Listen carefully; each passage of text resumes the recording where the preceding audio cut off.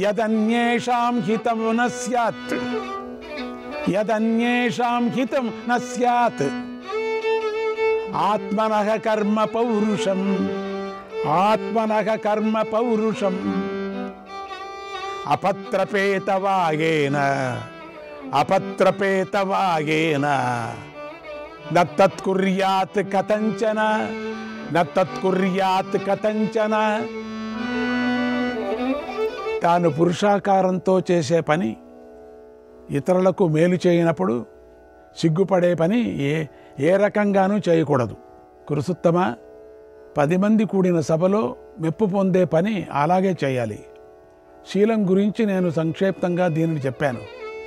ఎప్పుడైనా శీలరహితుడు సంపదను పొందిన చిరకాలం అతడు దాన్ని అనుభవించలేడు.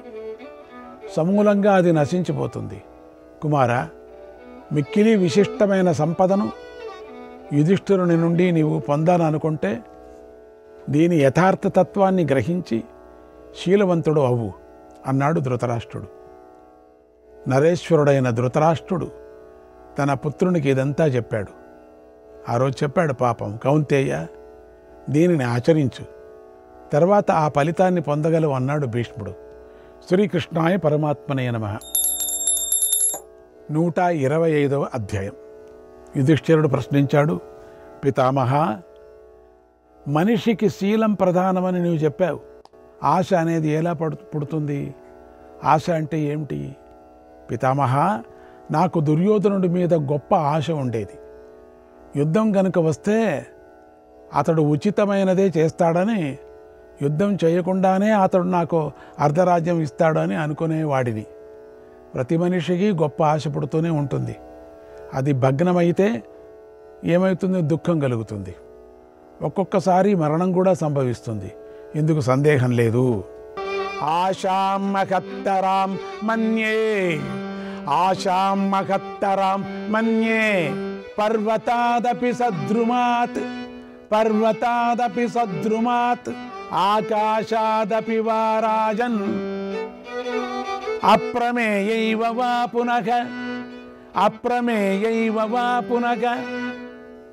మహావృక్షాలు ఉన్న పర్వతం కంటే కూడా ఆశ మిక్కిలి గొప్పదని అనుకుంటున్నాను. లేకుంటే ఆకాశం కంటే కూడా అప్రమేయమైనది. ఆశ అనేది ఆలోచించడానికి వీల్లేనిది, పొందడానికి సాధ్యం కానిది. దుర్లభత్వం వల్లనే నేను దానిని గొప్పదనుకుంటున్నాను. దీనికంటే దుర్లభమైనది ఇంకొకటి ఏమి ఉంటుంది చెప్పు అన్నాడు. భీష్ముడు చెప్పాడు, యుధిష్ఠిరా, ఈ విషయంలో సుమిత్రునికి వృషభునికి జరిగిన వృత్తాంతాన్ని చెప్తాను, శ్రద్ధగా విను. హైహేయ వంశానికి చెందిన సుమిత్రుడనే రాజర్షి ఒకనాడు వేటకు వెళ్ళాడు. వంగిన కణుపు గల బాణంలో ఒక లేడీని గాయపరిచి అతడు దాన్ని వెంబడించాడు. అమిత వేగంగా ఆ మృగం బాణంతో సహా పారిపోయింది. రాజు కూడా బలవంతంగా ఆ మృగాన్ని వేగంగా అనుసరించాడు. వనచరమైన ఆ మృగం ఒంటరిగా నదీ నదాలను వనాలను దాటుకుంటూ ముందుకు సాగిపోయింది, పరిగెత్తింది. అతి వేగం కల ఆ మృగం తన ఇచ్ఛానుసారంగానే ఆ రాజుకు దగ్గరకు వస్తూ తిరిగి మహావేగంతో ముందుకు సాగిపోతుంది. రాజా, ఆ మృగము రాజు వేసిన అనేక బాణాలతో గాయపడి కూడా క్రీడిస్తున్నట్లుగా అతనికి మళ్ళీ దగ్గర వస్తుంది, మళ్ళీ దూరం పారిపోతుంది. వేగం గల మృగ యూథపం తిరిగి వేగాన్ని పుంజుకొని దూరాలన్నీ గడిచిపోయింది, మళ్ళీ సమీపించి వచ్చింది కూడా. అప్పుడు శత్రుమర్దనుడైనటువంటి రాజు ఛేదించగలిగిన ఒక భయంకరమైన పదునైన బాణాన్ని చేతిలోకి తీసుకొని వింటికి సంధించాడు. ఆ మృగం 2 క్రోసుల దూరం వెళ్ళి ఆ బాణ మార్గాన్ని తప్పించుకొని నవ్వుతున్నట్లుగా నిలబడింది కూడా. మండుతున్న తేజస్సుతో ఉన్నటువంటి బాణం భూమి మీద పడగానే ఆ మృగం మహారణ్యంలో దూరిపోయింది. రాజు కూడా దాన్ని వెంబడించాడు. శ్రీకృష్ణాయ పరమాత్మనే నమః. 126వ అధ్యాయం. భీష్ముడు చెప్పాడు, ఆ రాజు సుమిత్రుడు ఆ జింకను వెంబడించి మహారణ్యంలో ప్రవేశించి తాపసాశ్రమాన్ని చేరుకున్నాడు కూడా. అలసిపోయి అక్కడ కూర్చొని ఉండిపోయాడు. విల్లు ధరించి అలసిపోయి ఆకలితో ఆర్తుడై ఉన్నటువంటి అతన్ని సమీపించి ఋషులు యథావిధిగా పూజించారు. ఋషులు ఇచ్చిన ఆతిథ్యాన్ని స్వీకరించి రాజు ఆ తపస్సులందరినీ తపస్సు బాగా వృద్ధి పొందుతుందా అని అడిగాడు. కుశలోపరి అడిగాడు. తపోధనులైనటువంటి ఋషులందరూ ఆ రాజు మాటలను సాదరంగా స్వీకరించి ఆ రాజసింహుని అక్కడికి వచ్చిన ప్రయోజనం గురించి ఇలా అడిగారు. నరేశ్వర, కత్తిని నడుము కట్టుకొని వింటిని బాణాలను ధరించి కాలినడకన ఏ సుఖం ఆశించి తపోవనికి నువ్వు వచ్చావు? ఎక్కడి నుండి వచ్చావు? ఏ వంశంలో పుట్టావు? నీ పేరేమిటి? ఇదంతా వినాలని కోరికగా ఉంది, మాకు చెప్పు అని అన్నాడు. అప్పుడు ఆ రాజు ఆ ద్విజులందరితో యథోచితంగా మాట్లాడుతాడు. తన కార్యం గురించి ఇలా చెప్పాడు. నేను హైహై వంశంలో పుట్టాను. మిత్రులను సంతోషపెట్టేవాడిని. సుమిత్రుడని నా పేరు. 1000 బాణాలతో మృగ సమూహాన్ని గాయపరుస్తూ ఇక్కడ విహరిస్తున్నాను. గొప్ప సైన్యం నన్ను రక్షిస్తుండగా మంత్రులతో అంతఃపురంలో సహా వచ్చాను ఇక్కడికి. నా బాణం తగిలి ఒక మృగం ఆ బాణంతోనే ఇటు పారిపోయి వచ్చింది. పారిపోతున్న ఆ మృగాన్ని వెంబడించి యథేచ్ఛంగా ఈ వనంలో మీ దగ్గరకు వచ్చాను. అలసటతో నీరసించి ఉన్నాను.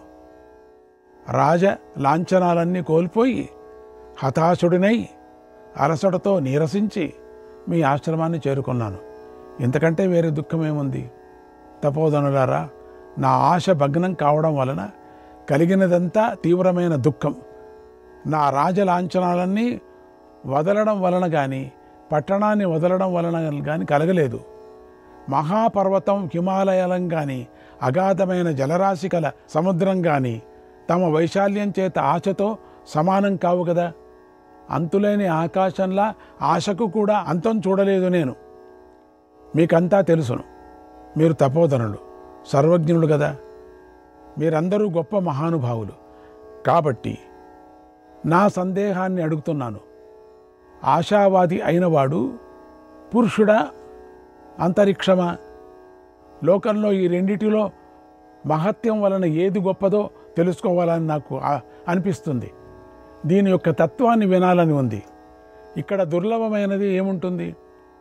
ద్విజోత్తములారా, ఇది నాకు వివరించండి. ఆశకు గల కారణాన్ని, సామర్థ్యాన్ని తత్వపరంగా తెలుసుకోవాలని అనుకుంటున్నాను. మీరందరూ నిత్యము తపస్సు చేసేవారు. మీరంతా కలిసి దీనికి సమాధానం చెప్పండి అని అడిగాడు. శ్రీకృష్ణాయ పరమాత్మనే నమః. 127వ అధ్యాయం. ఆ రాజు అలా అడగగా అప్పుడు ఆ ఋషులందరిలోనూ ఋషిసత్తముడైనటువంటి ఋషభుడనే పేరు గల విప్రువరుడు ఆశ్చర్యంగా ఇలా అన్నాడు. ప్రభు, పూర్వం నేను తీర్థాటనం చేస్తూ దివ్యమైనటువంటి నరనారాయణ ఆశ్రమాన్ని చేరుకున్నాను. అక్కడ అందమైన రేగు చెట్లున్నాయి. వైహాయాస కుండం ఉంది. అక్కడ హయగ్రీవుడు సనాతనమైన వేదాలను పఠిస్తూ ఉంటాడు.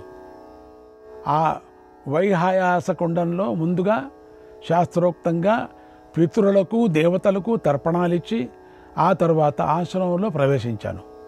అక్కడ నిత్యము నరనారాయణులు ఋషులు ఇద్దరూ నివసిస్తూ ఉంటారు. దానికి దగ్గరలోనే మరొక ఆశ్రమానికి నివాసం కోసం వెళ్ళాను. నారచీర చర్మం ధరించి పొడవుగా సన్నగా కృషించి ఉన్న తనువు అనే ఒక తపోధనుడైనటువంటి ఋషి అక్కడకు రావడం చూశాను. అతని శరీరం ఇతర మానవుల కంటే 8 రెట్లు పొడవుగా ఉంది. అబ్బో, అటువంటి కృషత్వం కూడా ఎక్కడా చూడలేదు నేను. అతని శరీరం చిటికెన వేలంత సన్నగా ఉంది. మెడ, చేతులు, పాదాలు, వెంట్రుకలు అన్నీ అబ్బురంగా కనిపించాయి. తల, చెవులు, కన్నులు అన్నీ శరీరానికి తగినట్లుగానే ఉన్నాయి. అతని మాట, చేష్ట సామాన్యంగానే ఉన్నాయి.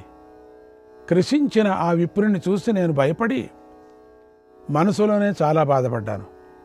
అతని పాదాలకు నమస్కరించి చేతులు జోడించి ఎదుట నేను నిలబడ్డా. అప్పుడు నా నామగోత్రాలు, తల్లిదండ్రుల గురించి నివేదించాను కూడా. అతడు ఆసనం చూపగానే మెల్లగా దానిపై కూర్చున్నాను. ఆ తనువు ఋషుల మధ్య కూర్చొని ధర్మార్థాలతో కూడిన కథను చెప్పసాగాడు.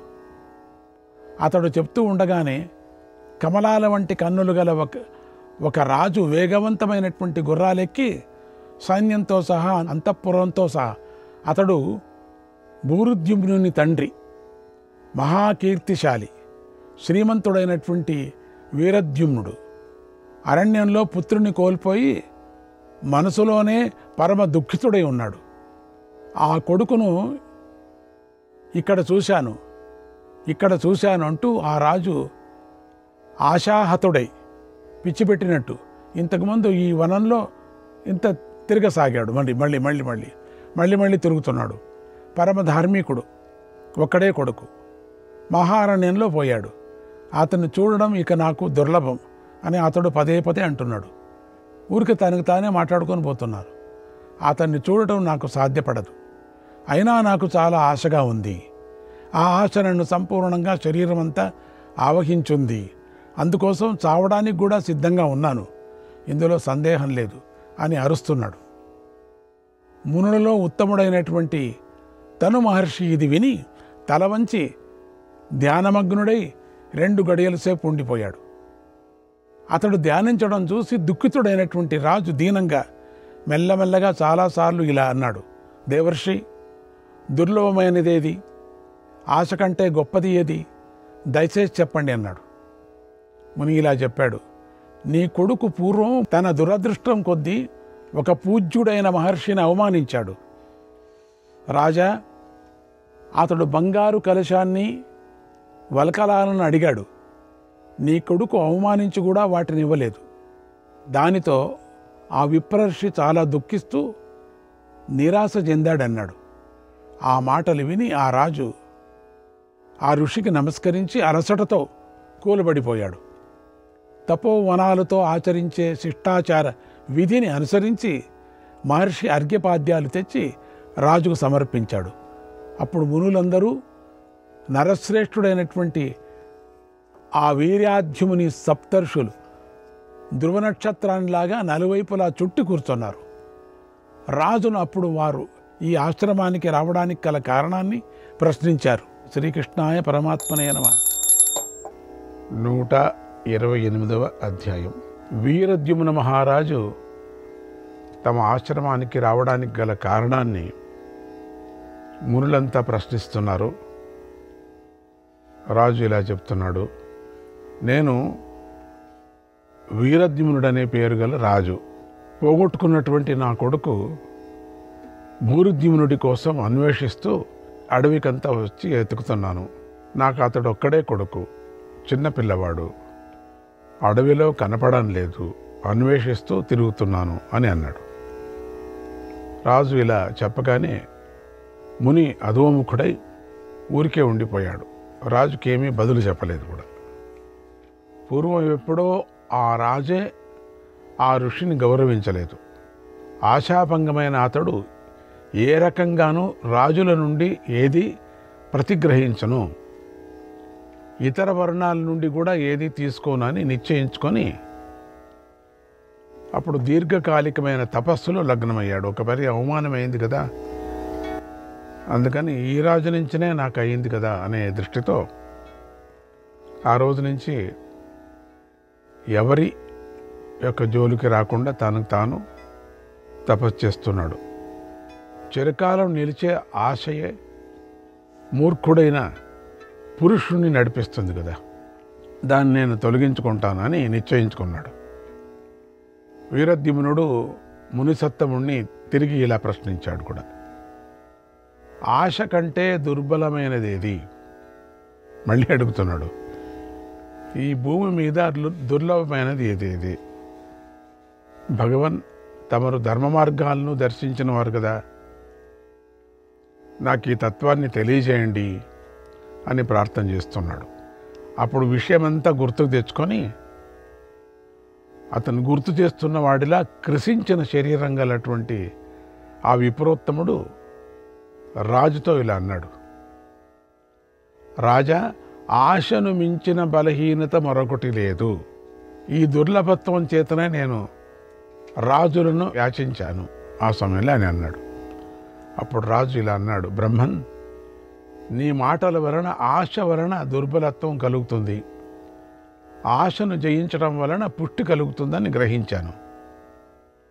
ద్విజోత్తమ, ఆశించిన వస్తువు దుర్లభమని కూడా తెలుసుకున్నాను. ఇప్పుడు మహాప్రాజ్ఞ, నాకు మనసులో ఒక గొప్ప సందేశం కలిగింది, దాన్ని తీర్చండి అని అడిగాడు. కృషించిపోయినటువంటి ముని ఇలా చెప్తున్నాడు: ధైర్యం చిక్కపట్టుకొని యాచించిన వాడు దుర్లభుడు, యాచించుడిని అవమానించిన వాడు కూడా ఇంకా దుర్లభుడు. యాచించడమే కష్టము, ఇక యాచించిన వాడు ఇంకా దుర్లభుడు.